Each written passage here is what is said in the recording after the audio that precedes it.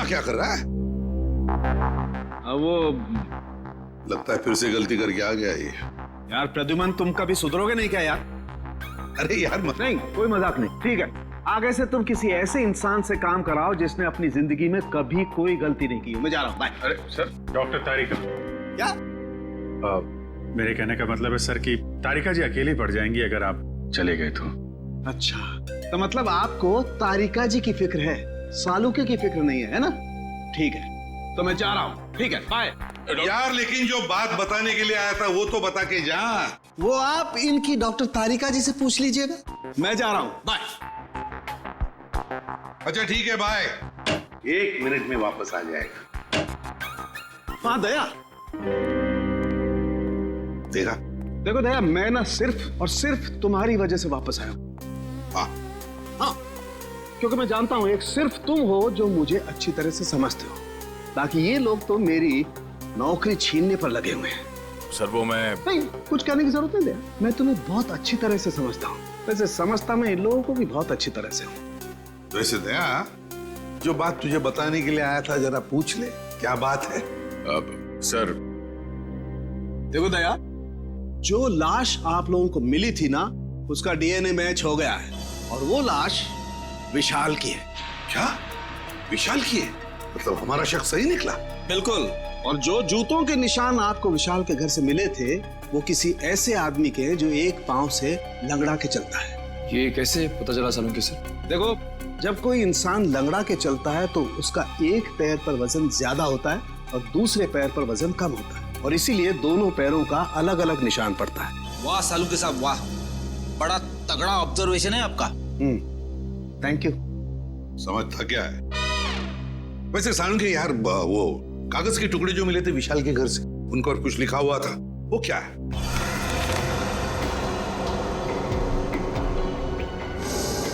वो ये था, अगर तुमने जुबान खोली तो जान से जाओगे। विशाल को धमकी? लगता है विशाल कोई राज जान गया था सर, और इस राज की कीमत उसे अपनी जान गंवा के देनी पड़ी। सर खूनी जरूर इस स्पेस एजेंसी का ही कोई होगा सर, या फिर आसपास का कोई होगा, वरना स्पेसक्राफ्ट या हवाई जहाज से उसे नीचे फेंकना मुश्किल है सर। बिल्कुल वैसे ही हुआ होगा। बॉस, अभी सालुके के सुरागों की पोटली खाली नहीं हुई है। और भी कुछ बाकी है क्या? हाँ, एक ऐसी चीज जो आपको खूनी के एकदम नजदीक तक ले जाएगी। तो बताइए ना डॉक्टर साहब। देखो दया, इन लेटर्स को गौर से देखो। इस आदमी ने ये लेटर्स कैपिटल में लिखे हैं ताकि अपनी हैंडराइटिंग को छुपा सके, लेकिन इनको जरा गौर से देखो। ये लेटर्स कहीं कहीं पर हिले हुए हैं, कमजोर है। मुझे लगता है इस आदमी का हाथ कांपता था जब ये लिखता था। कमाल है सर, धमकी भरा खत लिखता है और लिखते वक्त हाथ भी कांपता है। डर की वजह से? बिल्कुल सही फ्रेडी, डर की वजह से ही। दरअसल इसके हाथ में कोई तकलीफ थी, न्यूरोटिक तकलीफ। जब ये डरता था, इस आदमी का हाथ कांपता था। जब इसने ये नोट लिखा, ये डरा हुआ था, इसीलिए इसका हाथ कांप रहा था, और ये अक्षर इस तरीके से बने। हाथ में तकलीफ? विशाल सर बहुत साल पहले अंतरिक्ष में गए थे, लेकिन किसी और देश की तरफ से। सर वो घटोत्कच, विशाल का असिस्टेंट, विशाल कुछ लोगों को ट्रेनिंग दे रहा था अंतरिक्ष में जाने के लिए। ये घटोत्कच भी उनमें से एक था। मगर अभिजीत, अंतरिक्ष में जाने के लिए वो आदमी मानसिक तौर पर और शारीरिक तौर पर बिल्कुल फिट होना चाहिए, हट्टा कट्टा होना चाहिए। इस घटोत्कच को क्यों सिलेक्ट किया गया? उसके तो हाथ में तकलीफ है। और घटोत्कच के इस कमजोरी के बारे में विशाल को पता चला, इसलिए शायद घटोत्कच ने विशाल को अपना मुंह बंद रखने के लिए उसे जान से मारने की धमकी दी होगी। ये हो सकता है। महाराजा, क्या? देखो, सभी पुलिस स्टेशन में खबर कर दो, उसकी फोटो भिजवाओ, सब जगह नाकाबंदी करवा दो। ओके? क्या हुआ? सर ये विशाल की पत्नी अदिति, ये किसी तीर्थ यात्रा पे नहीं गई है। उसने किसी भी बस, ट्रेन या फ्लाइट की टिकट बुक नहीं करवाई। वो गायब है। अदिति गायब है?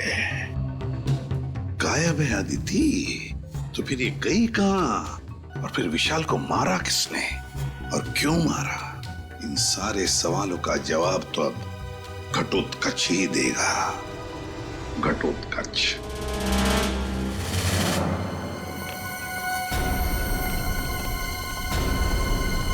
शरीर घटोत्कच का सर।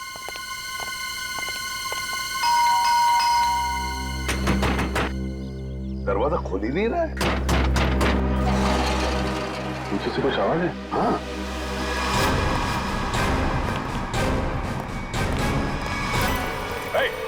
पकड़ो उसे।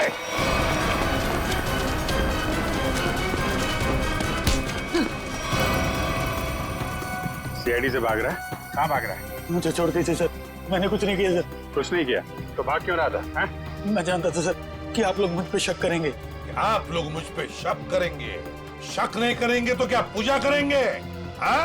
तुमने विशाल को चिट्ठी भेजी थी ना, धमकी भरी। अगर तुमने अपना मुंह खोला तो जान से जाओगे। भेजी थी या नहीं? बोल। हाँ सर, वो खत मैंने लिखा था सर, लेकिन वो मेरी भूल थी जो मैंने गुस्से में की थी सर। मैंने विशाल सर को नहीं मारा था। ऐसी कहानी हम लोग बहुत सुन चुके हैं, समझे? मैं सच कर रहा हूँ सर, मैं तो 3 दिन पहले विशाल जी के घर पे गया था उनसे माफी मांगने के लिए। तुम यहाँ पर क्यों आए हो? देखिए विशाल जी, मैं आपसे अपनी उस चिट्ठी के लिए माफी मांगने के लिए आया। उस वक्त मैं शराब के नशे में था और शराब के नशे में ही अक्सर सच्ची बात जुबान पर आ ही जाती है। देखिए आप ऐसा मत कहिए, आप न सिर्फ मेरे दोस्त हैं बल्कि मेरे मार्गदर्शक भी हैं। अगर आपने मुझे माफ ना किया तो मैं अपनी नजरों में ही गिर जाऊंगा। ठीक है, मैंने तुम्हें माफ किया। देखिए आप कुछ परेशान नजर आ रहे हैं। परेशान? नहीं, मुझे काहे की परेशानी है?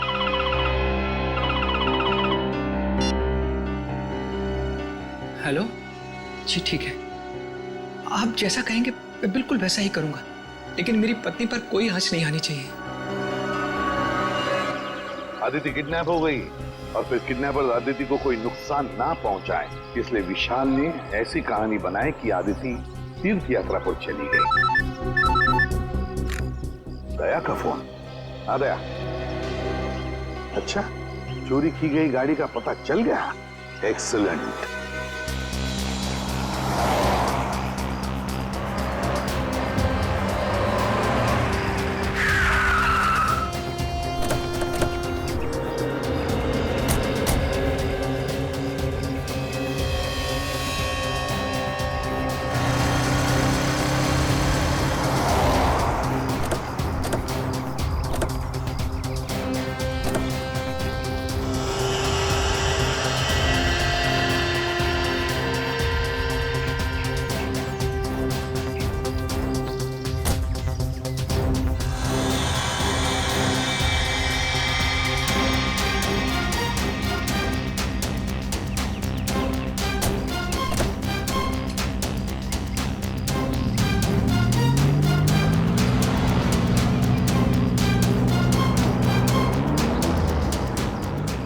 खूनी समंदर किनारे से इस गाड़ी में यहाँ तक आया और उसके बाद गाड़ी को यहाँ पे लावारिस छोड़ के किसी और गाड़ी में चला गया।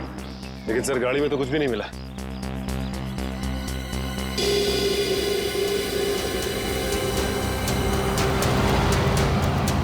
ये देखो, सीसीटीवी कैमरा लगा हुआ है इस ट्रैफिक पोस्ट पे। जरूर उस खूनी का चेहरा इस कैमरे का कैद हो गया होगा। इसके लिए काम करो, आरटीओ को कांटेक्ट करो और इस कैमरे की फुटेज ले लो। सर हेलो, क्या आदित्य मिल गई? कौन से हॉस्पिटल में? हेलो सर, मैं इंस्पेक्टर प्रशांत। मैंने ही आपको फोन किया। अच्छा, आदिति की तबीयत कैसी है? सर उन्हें गोली लगी थी। गोली लगी थी? जी हाँ, उनका ऑपरेशन हुआ है, अब वो खतरे से बाहर है। लेकिन ये आदिति मिली कहाँ तुम लोगों को? सर हम लोग पेट्रोल पे थे। Hello control room. Yes sir, यहाँ सब कुछ ठीक है सर, ओवर। अरे राघव, वो देखो, किसी औरत को जबरदस्ती ले जाया जा रहा है। कहीं अदिति तो नहीं जिसकी फोटो सीआईडी ने भेजी थी हर जगह ढूंढने के लिए? हो सकता है। चलो देखते हैं। पीछा करो उसका। चलो जल्दी। एक काम करो, सारे बंदी रखो ताकि उन्हें पता नहीं चले कि हम लोग उनका पीछा कर रहे हैं। बोल रहे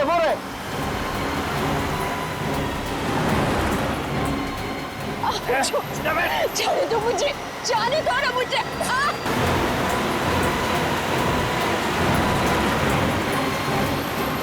कैसे भी पकड़ना है उन लोगों को। पीछा करो जल्दी। वो देखो, टेप ले लो।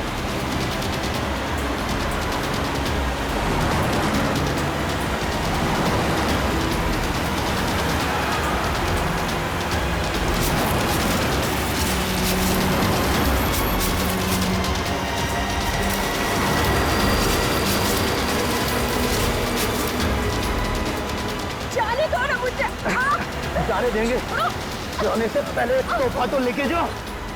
कैसा तोहफा? तोहफा दिखाता हूँ मैं, तोहफा ये है मेरा तोहफा। ड्राइवर चलो।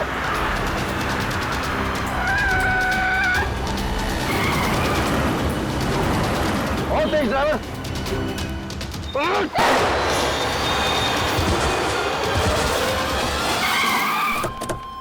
चलो जल्दी चलो।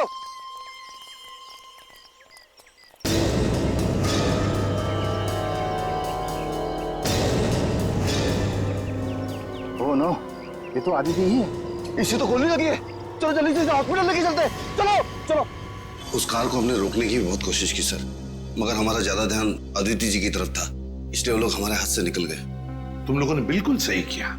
गाड़ी का नंबर तो नोट किया होगा? नहीं सर, उस गाड़ी की नंबर प्लेट पे मिट्टी लगी हुई थी सर, इसलिए हम लोग आधा ही नंबर देख पाए। Good job. Thank you. हम लोग आदिति से मिलते हैं। जी सर।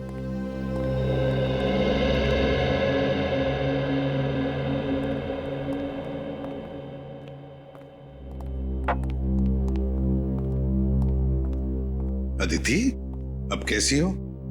ठीक हूँ। आप कौन? मैं एसीपी प्रद्युमन, सीआईडी से। सीआईडी से? मेरे पति कहाँ हैं? बहुत जल्दी आ जाएंगे। बस एक बात बताओ, ये सब कैसे हुआ तुम्हारे साथ? 2 दिन पहले जब मैं सब्जी मंडी से घर लौट रही थी, कुछ लोग मुझे अपने गाड़ी में डालकर साथ ले गए। उनमें से किसी का चेहरा देखा आपने? नहीं, उन्होंने अपने चेहरे पर मास्क डाल रखा था। ओह, मास्क पहन रखा था। वैसे कहाँ लेकर गए वो तुम्हें, कुछ बता सकती हो? पता नहीं, उन लोगों ने मुझे कुछ खिलाकर बेहोश कर दिया था। एक अंधेरे कमरे में रखा था और वो मुझे विशाल के काम के बारे में सवाल पूछ रहे थे। विशाल के काम के बारे में? तो तुमने क्या कहा? मैंने उन्हें कहा कि विशाल अपने काम के बारे में मुझसे कोई बातचीत नहीं करते, लेकिन उन्हें लगा कि मैं झूठ बोल रही हूँ। नहीं आदित्य, देखो अदिति, देखो जिन्होंने भी ये किया है ना तुम्हारे साथ, उनको हम कड़ी से कड़ी सजा दिलवाएंगे, ये मेरा वादा है। आप उन्हें मत छोड़िएगा। वो लोग देशद्रोही है। कुछ देर बाद उनका बॉस भी उसी कमरे में आया और उसने मुझसे कहा कि विशाल मुझसे ज्यादा अपने देश से प्यार करते हैं। मैंने उन्हें जवाब दिया कि मुझे गर्व है कि विशाल पहले एक अच्छे नागरिक है और फिर एक अच्छे पति। बिल्कुल सही कहा तुमने, बिल्कुल सही कहा। और सच कहूं, हमें भी तुम पर गर्व है, क्योंकि तुमने ये सब किया ना इसकी वजह से। अच्छा बताओ, क्या तुमने उस आदमी का चेहरा देखा?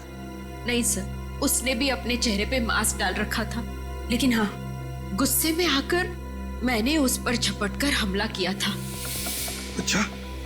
उसके गर्दन पर खरोच आ गई थी। उस आदमी के गर्दन पर खरोच आई थी? तो फिर सचिन, जरूर आदिति की नाखून में उस आदमी की चमड़ी के अंश होंगे। उस आदमी के चमड़ी के अंश होंगे। हाँ निखिल, ट्रैफिक सिग्नल का फुटेज रेडी है? हाँ सर, रेडी है। चलो देखते हैं।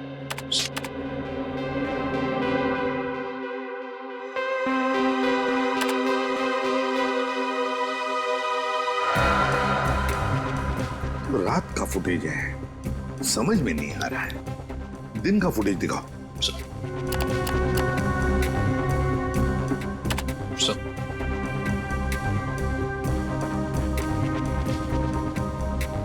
कोई आदमी गाड़ी की तरफ चलते हुए आ रहा है। निखिल, पॉज करो, रिवाइंड करो और फिर से प्ले करो।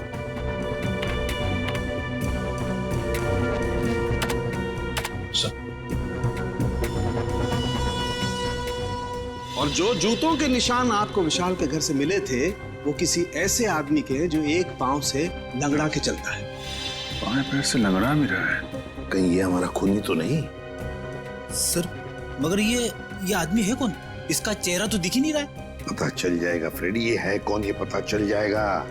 लाल जूते जो पहने हैं। निखिल, रिवाइंड करो, जूम करो जूतों पर।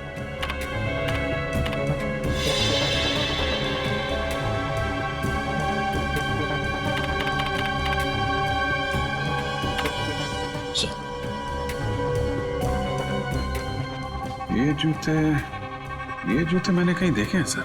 देखे? कहां पर? किसके पैरों में? सर आज विशाल सर नहीं आए हैं। समीर, विशाल का असिस्टेंट सर, और वो लंगड़ा के भी चल रहा था। विशाल का असिस्टेंट समीर। अरे दरवाजा तो खुला ही है। हाँ, कौन खून? चुप करना रहना। लगता है किसी को घसीट के ले जाया गया है यहां से उस तरफ।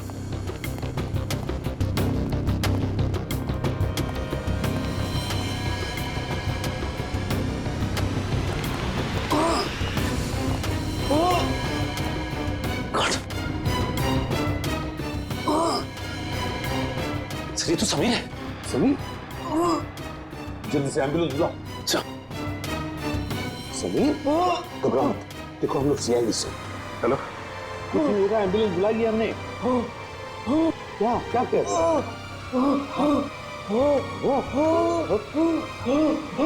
क्या बताओ बताओ। Sameer, Sameer. Okay, thank you sir. Ambulance आ रही है सर। समीर तुम को गया। माय गॉड सर, हम तो सोच रहे थे कि ये समीर ही गुनहगार है, लेकिन यहाँ तो समीर का ही किसी ने खून कर दिया। वही तो, इस शतरंज के खेल का असली खिलाड़ी तो कोई और ही है, कोई और ही है। समीर के घर में से जो डॉक्यूमेंट्स मिले उससे पता चलता है कि समीर विशाल के लिए काम करता था। जासूस था वो विशाल का। दुनिया के सामने समीर विशाल का असिस्टेंट और असली काम जासूसी। एग्जैक्टली। पर जब विशाल को पता चला कि स्पेस एजेंसी में कोई गद्दार है जो वहां की खुफिया इंफॉर्मेशन बाहर भेज रहा है, तो बस उसका पर्दाफाश करने के लिए उसने समीर को रख लिया काम पर, जासूस बनाकर। और इसीलिए समीर ने भी हमें कुछ नहीं बताया, क्योंकि विशाल ने उसे ऐसा करने से मना कर दिया था। हाँ, दया जब विशाल का खून हुआ तब शायद समीर तहकीकात करने के लिए विशाल के घर गया। और जैसे ही खूनी को लगा कि समीर उस तक पहुंचने वाला है, उसने समीर का भी खून कर दिया। बॉस, आसानों के अदिति के नाखूनों में चमड़ी के अंश मिले? हाँ मिले ना, उसके नाखूनों में चमड़ी के अंश मिले। तो जब मैं आप लोगों को बताऊंगा कि उस चमड़ी का डीएनए किसका था, आप लोग दंग रह जाएंगे। डॉक्टर साहब, रियलिटी शो के विनर का नाम अनाउंस करने जैसा सस्पेंस मत बढ़ाइए। नाम बताइए ना प्लीज। बॉस, उस आदमी का नाम है deputy director Harish. Hello sir, मैं यहाँ का डिप्टी डायरेक्टर हूँ। हरीश मेरा नाम है। क्या? Deputy director Harish? तभी तो समीर मरते वक्त हाँ हाँ हाँ ऐसे कर रहा था। क्या क्या कह रहा? समीर कहना चाहता था हरीश, वो हरीश का नाम लेना चाहता था। Deputy director Harish, space agency का deputy director Harish. Excuse me sir, आप लोग यहाँ? जरा हरीश जी को बुलाइए। कहाँ है वो? सर वो तो कुछ ही घंटे पहले चले गए। चले गए? कहाँ गए, कुछ पता है आपको? नहीं सर, वो बड़ी जल्दी में थे, इसलिए बिना कुछ बताए निकल गए। कोई बात नहीं, हम पता लगा लेंगे। उनके गाड़ी का नंबर दीजिए। जी। हेलो, हाँ बोल रहा हूँ। कहाँ पे? एमआई इलाके में? ठीक है, ओके सर। हरीश की गाड़ी एमआई इलाके में देखी गई है सर। एमआई इलाके में? हाँ सर। शेयर जरा नक्शे में चेक करो, एमआई इलाके में हरीश कहाँ जा सकता है? सर एमआई इलाके के आगे तो बॉर्डर है, हमारे राज्य की सीमा, और ये बॉर्डर एमआई इलाके से 15 किलोमीटर दूर है। तो ये उड़ान भर के हरीश अपना घोंसला कहीं और बनाना चाहता है। और सर उड़ान भरने के लिए पास में ही एक रनवे और एयरफील्ड भी है। फिर तो सर ये शहर से नहीं, देश से बाहर निकलने का प्लान बना रहा होगा। तो चलो इसके प्लान का आज क्लाइमैक्स कर देते हैं।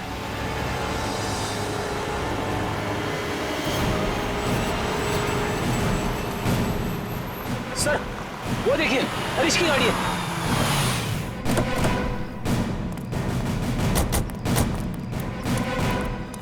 सर गाड़ी तो खाली है सर, तो लगता है भाग गया है हरीश। लगता है वो एयरफील्ड की तरफ गया है। चलो लेट्स गो।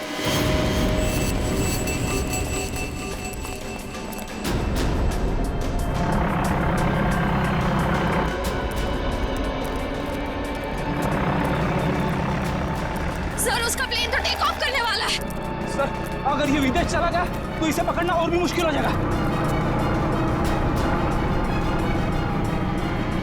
कहीं नहीं पहुंचेगा ये। Oh no.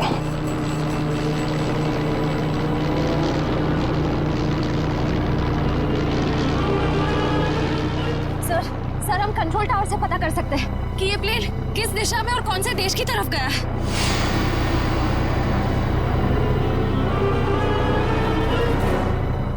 पता तो कर सकते हैं श्रेया, मगर क्या सर? पता नहीं क्यों मुझे ऐसा लग रहा है कि हम अब भी असली खूनी तक नहीं पहुंचे हैं। सर इस हरीश तक पहुंचते पहुंचते रह गए सर। नहीं निखिल, असली खूनी ये हरीश नहीं है। हरीश नहीं है तो फिर कौन है सर? अब मेरी समझ में आ रहा है कि सब किसका किया धरा है। चलो। तुम लोगों को अपने बुरे कर्मों की सजा जरूर मिलेगी। सारा गुनाह तुम लोगों ने किया और इल्जाम मेरे मत्थे मर दिया। बात तो तेरी ठीक है, मगर सीआईडी कभी पता नहीं कर पाएगी कि असली मुजरिम कौन है, क्योंकि हमने तुम्हारे बैंक अकाउंट में पूरे 15 करोड़ रुपए डलवाए। 15 करोड़ रुपए? हाँ 15 करोड़ रुपए, जिससे उनको लगेगा कि तुमने अपने जमीर का सौदा कर दिया है 15 करोड़ रुपयों के लिए, और अब देशद्रोही बन गए। शर्म आनी चाहिए तुम लोगों को। शर्म तो हमें आने से रही। अब तू एक अच्छे बच्चे की तरह उस नए मिशन की पूरी जानकारी हमें देते। चल। नहीं, कभी नहीं। मैं रुपयों के लिए अपने देश को कभी नहीं बेचूंगा, कभी नहीं।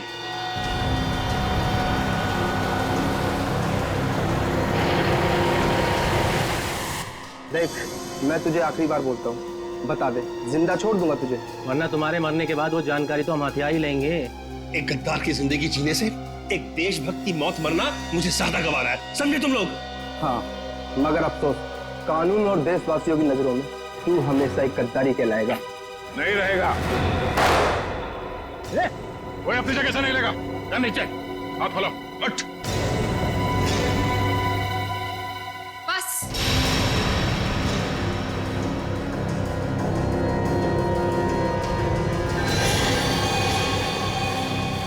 बहुत हो चुका ये नाच गाना, अब काम की बात करें। हाँ, काम की बात भी हो जाएगी अदिति। तुम लोग मुझे देखकर चौंके नहीं? नहीं, हमें पहले ही पता चल गया था। ज्यादा चालाक बनने के चक्कर में तुम खुद अपनी जाल में फंस गई। तुम्हें याद है, तुमने कहा था कि 2 दिन पहले तुमने हरीश के गले को खरोचा था। हा? मैंने उस पर झपटकर हमला किया था। अच्छा? उसके गर्दन पर खरोच आ गई थी। हाँ तो? मगर जब हम हरीश से मिलने स्पेस एजेंसी गए थे, तब उसके गले पे खरोच का ऐसा कोई भी निशान नहीं था। नहीं सर, स्पेस को इतनी साधारण जगह नहीं है। हमारी जानकारी के बिना वहां जाना असंभव है। और हमसे मिलने के बाद हरीश के गले पे खरोच का निशान बनाया गया ताकि तुम हमें गुमराह कर सको। सर इन लोगों को बिल्कुल मत छोड़ना। इन लोगों के पास देश की एक ऐसी खुफिया जानकारी है जो ये अरबों रुपए में दुश्मन को बेचना चाहते हैं। अपनी जेब भरने के लिए देश की सुरक्षा का सौदा करने चली थी तुम। अब चलो, मायके चलने की तैयारी करो। तुम लोग ऐसे नहीं मानोगे। सीआईडी के ऊपर गोली चलाने की कोशिश कर रही हो? ये रहा उसका इनाम। बोलो, क्यों किया तुमने ये सब? मैं दुश्मन देश की जासूस हूँ।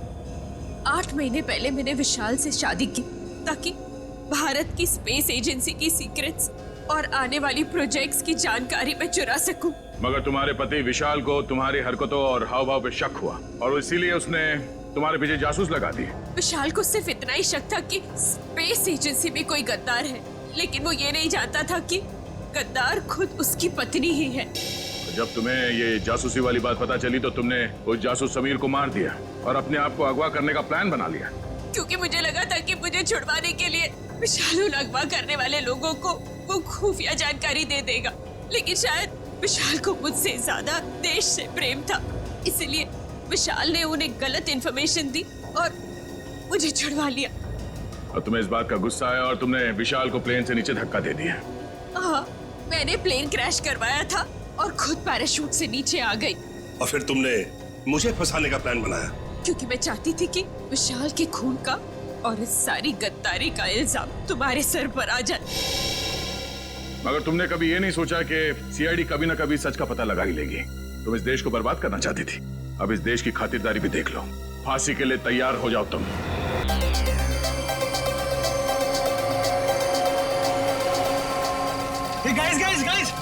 हम लोग कितना खुशनसीब है कि अब से कुछ ही देर में हम लोग वीडियो शावर देखेंगे, और वो भी एकदम लाइव।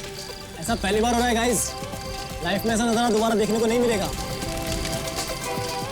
ये देखो, अमेरिका में भी शुरू हो गया मीडिया शावर। अरे हमें इंग्लैंड के आसमान में भी दिखाई दे रहा है। अगला नंबर हमारे देश इंडिया का है दोस्तों। तैयार हो जाओ आसमान में प्रकृति की आतिशबाजी देखने के लिए। वो देखो शुरू हो गया।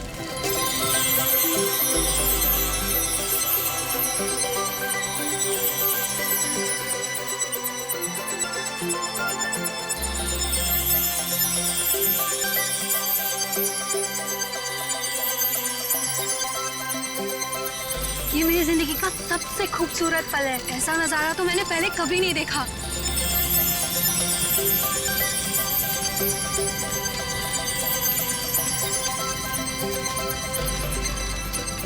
हे गाइस, वो देखो, आसमान से शायद कुछ गिर रहा है।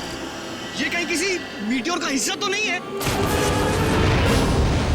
वो देखो वहां गिरा, चलो देखते हैं। ये था।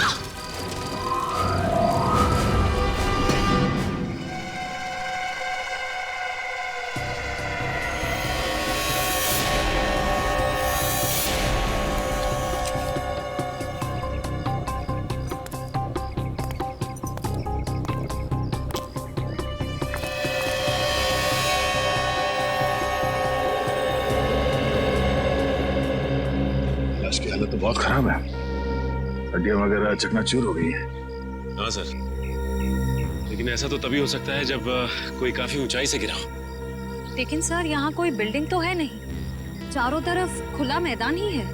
लाश आसमान से गिरी है, वरना इसकी इतनी बुरी हालत नहीं होती।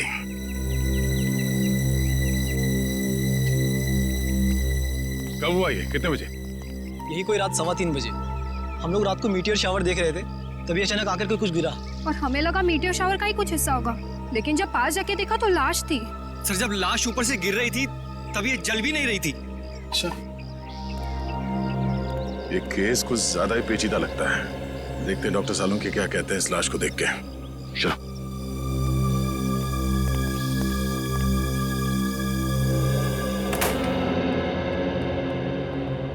अरे सालुंकी साहब, कुछ पता चला? हाँ, फिलहाल तो इस आदमी की उम्र पता चली है, और वो भी डॉक्टर तारिका ने ही पता किया होगा।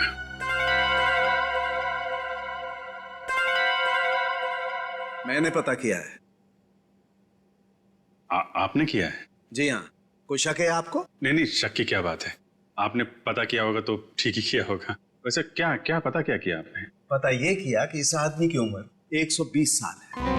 क्या 120 साल का बुजुर्ग आदमी इतनी ऊंचाई से गिर के मर गया? क्यों? कहीं लिखा हुआ है कि 120 साल का आदमी ऊंचाई से नहीं गिर सकता? आप लोगों से कुछ गलती तो नहीं होगी? आप एक काम कीजिए, तारिका जी से कंफर्म कर लीजिए। बताओ भाई ने। हाँ अभिजीत, इनके एक्सरे स्कैन्स देख लो। देखो, ये देखिए, इनकी हड्डियां काफी कमजोर हो चुकी थी, जैसे कि उम्र के साथ साथ होता है। और टिश्यूज को हुए नुकसान को देखकर हमने अंदाजा लगाया कि इनकी उम्र तकरीबन 120 साल के आसपास रही होगी। अच्छा, वैसे कितनी ऊंचाई से गिरे होंगे ये? फिलहाल ये बता पाना मुश्किल है। सर हो सकता है इस आदमी को किसी हवाई जहाज से फेंका गया। सर वो केस याद है ना आपको, जब एक लाश को हेलीकॉप्टर से फेंका गया था?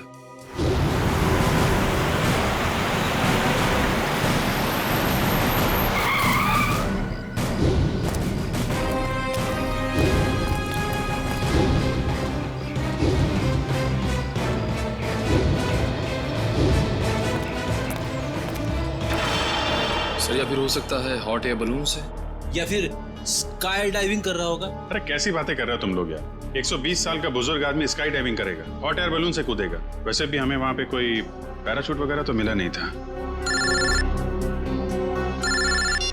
हेलो, जली हुई चीज समुद्र में गिरी है, लाश के पास वाले इलाके में? ठीक है ठीक है, पहुंचते हैं हम।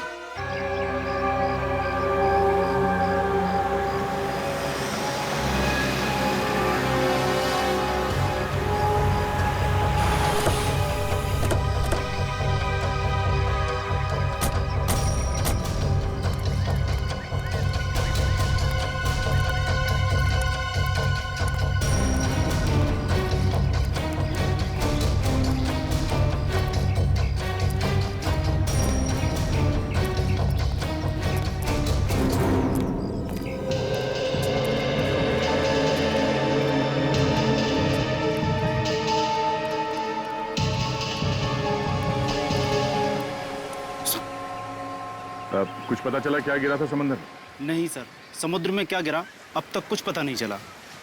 अच्छा, पहली बार किसने देखा था उस चीज को समुद्र में गिरते हुए?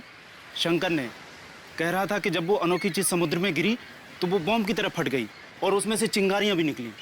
सर हो सकता है ये कोई बॉम्ब ही हो, शायद किसी ने ऊपर से फेंका। नहीं सचिन, कोई समुद्र में बॉम्ब क्यों गिराएगा? बात कुछ और ही है। हो ना हो इसका उस लाश के साथ जरूर कुछ संबंध है। ये शंकर कहाँ है? सर वो रहा सर।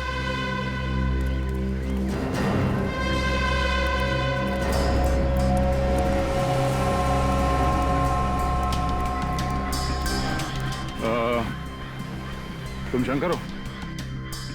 जी मैं शंकर। हम लोग सीआईडी से हैं। एग्जैक्टली हुआ क्या था? सर करीब रात के 3 बज रहे थे। मेरी बीवी जोर जोर से खर्राटे भर रही थी, इसलिए मुझे नींद नहीं आ रही थी। क्या आपकी वाइफ भी खर्राटे मारती है? रेडी, अब अपनी वाइफ की बातें शुरू मत कर देना। हाँ, क्या कह रहे थे आप? नींद ना आ पाने की वजह से मैं कुछ देर बाहर टहलने निकल आया।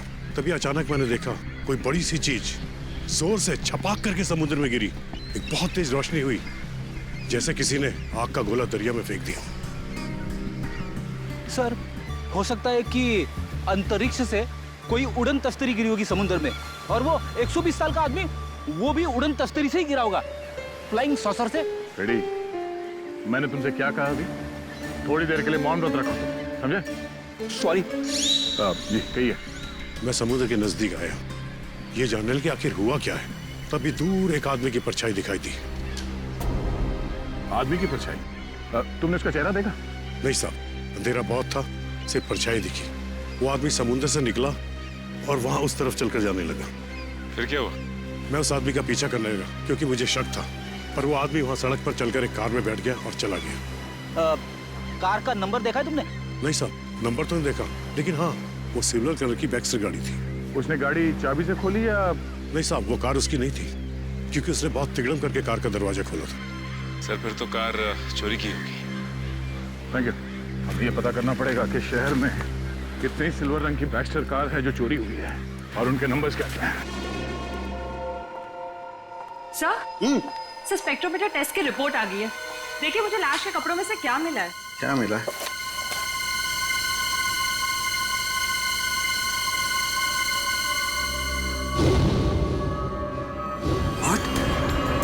Rocket fuel? हाँ सर। अरे लेकिन तारिका, रॉकेट फ्यूल तो स्पेस क्राफ्ट को स्पेस में भेजने के लिए इस्तेमाल होता है। सर कहीं आदमी रॉकेट में होगा तो?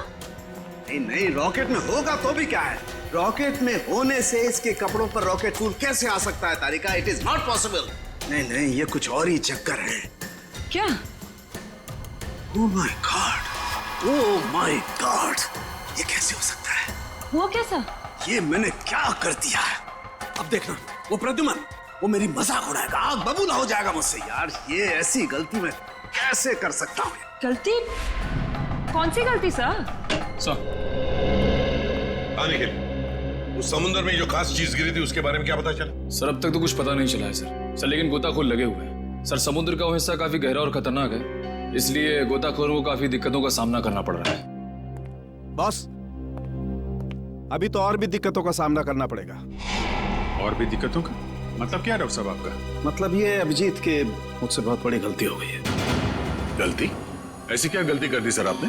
दया, अगर प्रद्युमन ये वादा करे कि वो मुझसे नाराज नहीं होगा तो मैं बता सकता हूँ। नहीं नहीं, अरे मैं नाराज क्यों हूँगा?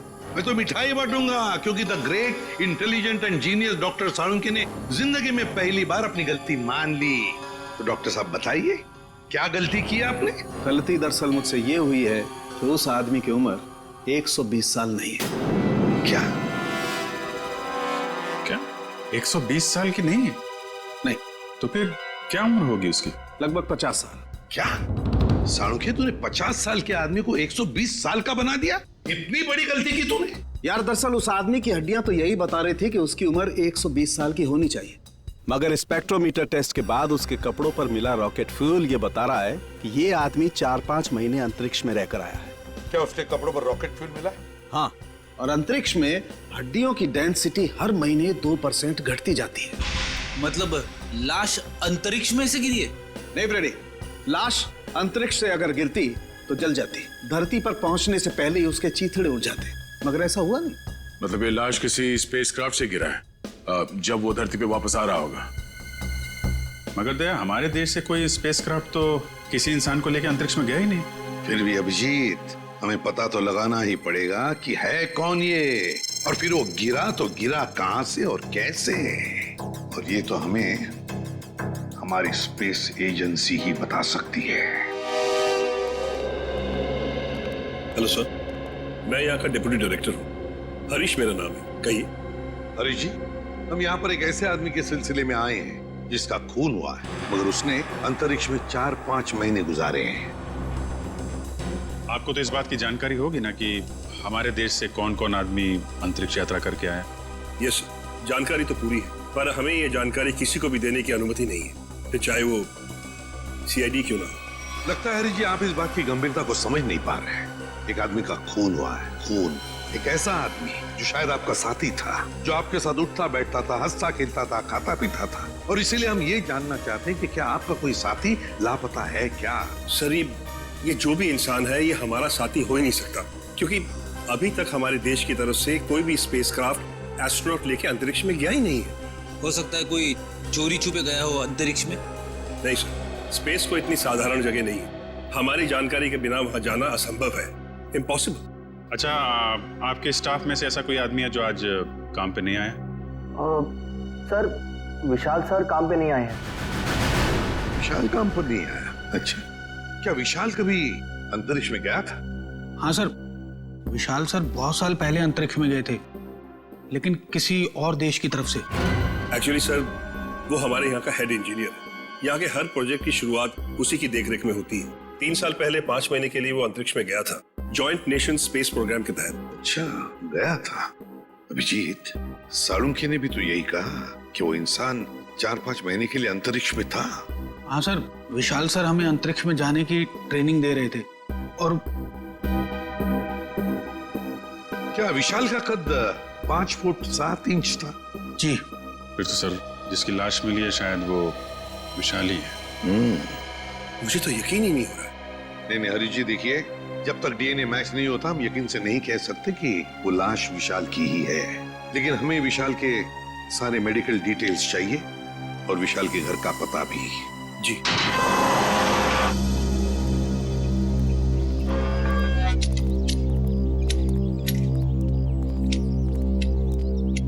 सुनिए, ये विशाल का घर है ना? जी, घर तो विशाल साहब का ही है, लेकिन वो घर पर नहीं है। हाँ, वो तो पता है हमें, लेकिन क्या विशाल जी के कोई घर वाले या परिवार वाले, कोई दोस्त वगैरह आसपास रहते हैं क्या? जी, विशाल साहब की पत्नी अदिति मेम साहब तीर्थ गई हैं। आप लोग? हम लोग सीआईडी से। सीआईडी? जी। कहिए, क्या बात है? आप कौन है? आपका नाम क्या है? जी, मेरा नाम बिरजू है। अच्छा, देखो बिरजू, हमें एक लाश मिली है। लाश? और हमें शक है कि वो लाश विशाल जी की है। ये कैसे हो सकता है? विशाल साहब नहीं मर सकते। देखिए, आप संभालिए अपने आप को। फिलहाल हमें सिर्फ शक है कि ये लाश विशाल जी की है। हो सकता है कि ये लाश किसी और की हो। भगवान करे वो लाश विशाल साहब की ना हो। वैसे आखिरी बार कब देखा था तुमने विशाल जी को? कब मिले थे उन्हें? कल सुबह जब मैं काम पर आया था तो विशाल साहब ने मेरी बाहर से ही छुट्टी कर दी थी। घर के बाहर से ही छुट्टी दी? क्यों? किस लिए? जी पता नहीं, ऐसा पहले कभी नहीं हुआ है। मैंने विशाल जी से कहा कि मैं घर की सफाई कर देता हूँ, झाड़ू पोछा कर देता हूँ, मैं फिर चला जाता हूँ, लेकिन उन्होंने मुझे घर में घुसने ही नहीं दिया। आपको उन्होंने घर में घुसने ही नहीं दिया? जी हाँ, उनका बर्ताव बड़ा अजीब सा था। जब उन्होंने अदिति मेम साहब के तीर्थ पर जाने की बात कही तो मुझे बड़ा अजीब सा लगा, मुझे यकीन ही नहीं हुआ। लेकिन क्यों? क्योंकि अदिति मैडम इस तरह अचानक कहीं नहीं जाती। अगर वो शहर से बाहर कहीं जाती भी हैं, तो महीनों पहले वो अपनी तैयारी पूरी कर लेती हैं। अच्छा, साहब ने तुम्हें घर के अंदर आने से मना कर दिया। वैसे बिरजू, हम घर के अंदर देखना चाहते हैं। तुम्हारे पास घर की चाबी तो होगी? जी हाँ। हम ये देखना चाहते हैं ऐसी क्या वजह थी जो साहब ने तुम्हें घर के अंदर आने से मना कर दिया। जी अभी खोलता हूँ।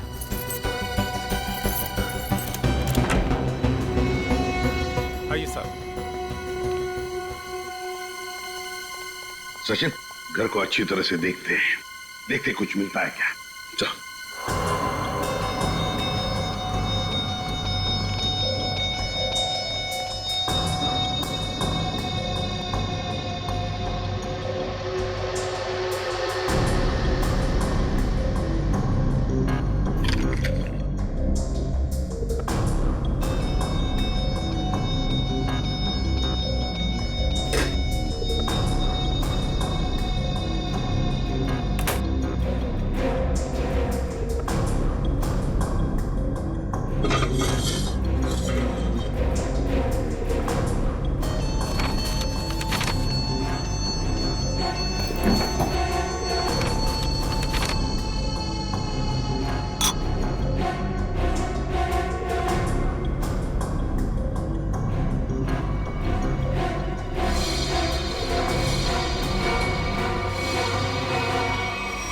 लेकिन कागज के टुकड़े पर कुछ हल्का हल्का सा लिखा हुआ है।